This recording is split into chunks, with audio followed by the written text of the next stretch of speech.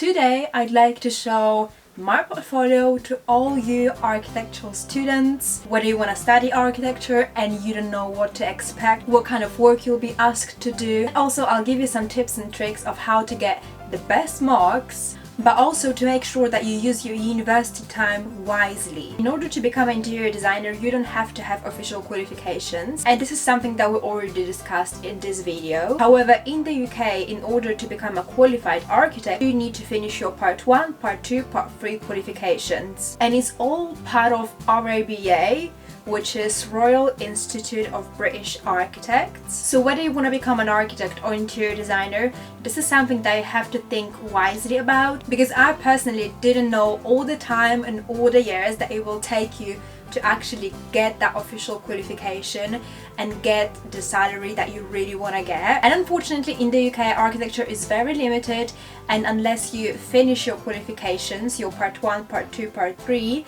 only then you can start gaining bigger salary without any further qualifications. And there is actually a RIBA salary guide, which is just here, and it basically tells you the minimum and the maximum salary that you can get if you'll be working at the RIBA chartered architectural practice. Like I said, I'm an interior designer and I'm more interior oriented, but I also have textual experience. And what really disappoints me is that even if you Part 1 architectural assistant, unless you get your Part 2 qualifications, regardless of the time that you've been working at the practice and regardless of your experience, your maximum salary will still be 24k. So you have to be prepared for that. You can go through the journey of becoming an architect only if you really enjoy it and you have a really big passion for it.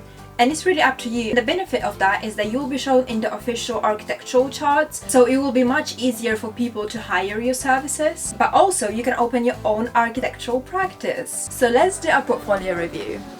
This is literally my A2 portfolio, which I used to submit my final works in my final year. And here I have all the sheets that I created. So as you can see, that's me. Let's open this bad boy.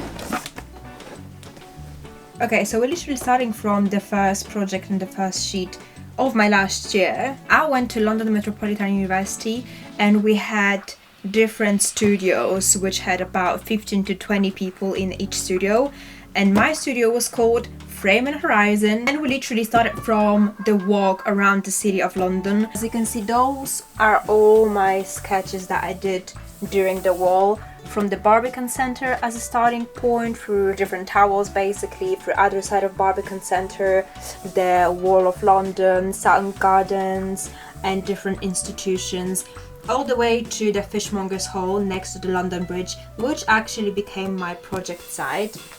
And this is another custom map that I did of the entire locations and sites that we visited. This became my main sketchbook for the bigger sketches during my last year, and as you can see, I have all the original sketches here and scans here for the Sutton Gardens, for different livery halls here, which are done here. It's actually important to have a nice sketchbooks and to keep them in pretty good conditions to record all the works, all the thought process of your design. Next page is a simple axle. Well, it looks quite simplistic, but it did take me a little bit of time to sort of figure out all the drawing techniques and how to use program and how to actually extract 3D real life buildings, their measurements and how it relates to my site. All the pages were accomplished with a little description. In this case, like at the beginning of any project, you do your site analysis and you start coming up with the needs for the project and the story. And I actually picked my site to be just here. This page is really about existing plans. It will take you a little bit of time to do historical research of the existing building plans, which you then need to draw in program just to have a little bit of practice. Then perhaps do some view analysis, add a little bit of context, and actually visit site and take pictures from different angles that will help you develop the project, look for the form and functionality of it.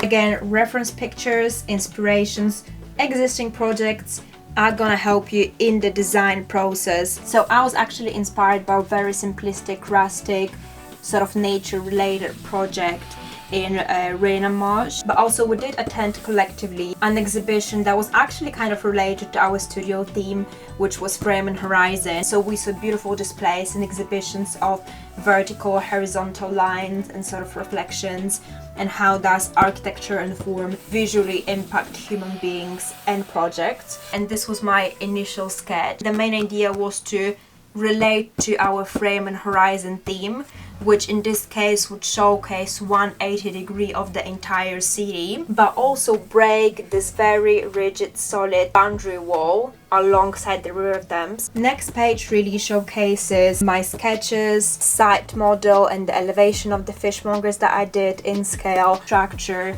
which is just here, very simple in scale, just to show the form of the building that I'm trying to propose. Initial proposal sketches, and I photoshopped them into the existing photograph of the fishmonger's whole view, so that I can see the relation of my building and scale in regards to the entire site. Next page really showcases the design approach that I took, and again I do have these sketches, real ones, in my sketchbook. There we go.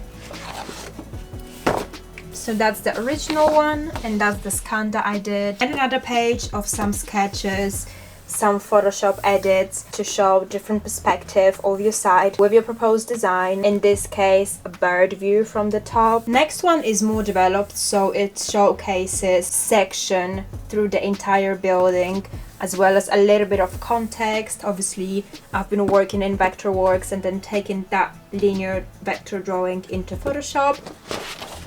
This is all about plans of the architectural proposal, elevations, sections, little diagrams, axle.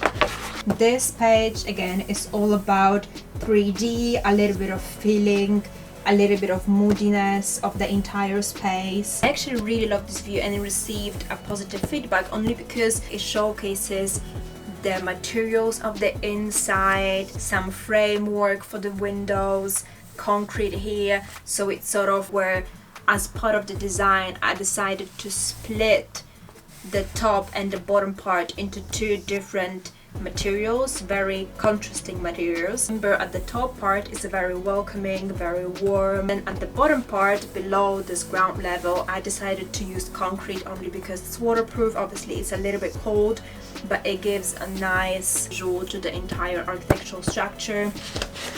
This page is really about cardboard model. Don't mind some of my notes that I made afterwards. I had a chance to take pictures as if you're sitting on the boat and you go under the bridge and you can see this view and this design. This view was taken really from here. I literally stick my camera behind this window opening, and this is how I got this view, as if someone is standing in the window in this building and looking at the design proposal, and another one just from the boundary side. This is stepping into my final project of my final year, and we could choose site number 1 or 2, and our sites were literally next to Whitechapel Art Gallery. Existing site pictures. Given my passion for art and painting, I decided to make a very moody oil painting of site. Although I must say it's not very useful because the perspective I chose is a little bit odd, but I still put it in my portfolio to showcase my painting skill. Showcasing our site, we actually did a scaled massive cardboard model of the site with buildings in different color depending on the function of the building on site. So because we did it as an entire team, we could use the model to test our cardboard models and our designs just from this one. This page is really about manifesto of the project. So as I said, delivery hall of art and testing some artistic visions for the plan and layout. Next 3 pages are going to be about models. Firstly, in my design process, I introduced one cubicle and I worked very consciously on the window opening. My project evolved into a bigger one and required more rooms and basically a bigger layout, so I moved my site into this one. I did work and test some marble patterns. Next page, cardboard model, this time even more developed. And my last scaled model in scale 1 to 200 was this one, which was kind of abstract, but I did present some window openings and a little bit more detail. The next few pages are really about sketching and the design process, a little bit of interiors, showcasing my drawing skills. done some real perspective sketch that I did, and then I put it into Photoshop to showcase some perspective of the second floor walkway. So again, I did create a sketch, as you can see, with pen, and then I took the linear freehand drawing into Photoshop and added a little bit more color, a little bit texture, and made it basically a little bit abstract. The next drawing is A1, and this is actually almost final plan of my design proposal, showcasing all the rooms, fairly simple linear plan of the entire building of a ground floor, and just numbering all the spaces as it is. Here we have a first floor plan and showcasing the second floor. Here are some proposed elevations of the building. Here number 1 is north elevation, which is this one, and number 2 is west elevation, which is this one. Right now it seems very simple, but in order to come up with a good concept and actually give the function and the idea to every single decision that you make in architecture, takes time. Even coming up with the size of the windows, you have to look at multiple factors such as fire rating, ventilation, ecosystem, heating, natural daylight, design, functionality, usage. There's a lot that goes into it besides all the construction and all the electric MEP factors. This one is not very successful in my opinion, but I still did include it into my portfolio. And the last drawing is again on A1. It's Exploded Axle. I actually drew all my line drawings in Vectorworks, and this one I did draw manually, so I was leading all the lines. I was drawing in scale all the walls, all the windows, everything, so that it's more realistic and it showcases all rooms nicely. As you can see, there's a lot that goes into designing a project, and the entire process of designing portfolio is really similar for architecture and interior design. However, for architecture it will be more technical and it will be more large scale, and you do have to think about bigger issues and consider multiple factors. And when it comes to architectural course, your portfolio is really a simplified version of your design. The most technical and detailed drawings and sketches will go into your report. My report had about 350 pages, so it comes in the form of book, A4 or A3, and in your report you really showcase your thinking process, all the details, structure, ventilation, water, plumbing, electricity, layout, function, your references and inspirations. It's been a few years since I graduated, and every time I would speak to someone from the firm, from the practice, architecture or interior design industry, not one person asked me about my degree, which is crazy. At the end of the day, what people at the practices really care about is your knowledge, your portfolio, and your actual personality. And the other advice that I can definitely tell you is network. Once your years of studying are over, real life comes, and in real life it's all about connections. This is something that I wish someone told me when I was in uni, because I was literally that nerd student that would sit in front of the laptop doing the work, doing the design, building the portfolio morning to night. But I should have been very smart also about networking with the tutors, with all the critics that come to judge you on your work and on your portfolio, because that's very common with universities in the UK. A few times a year you would have to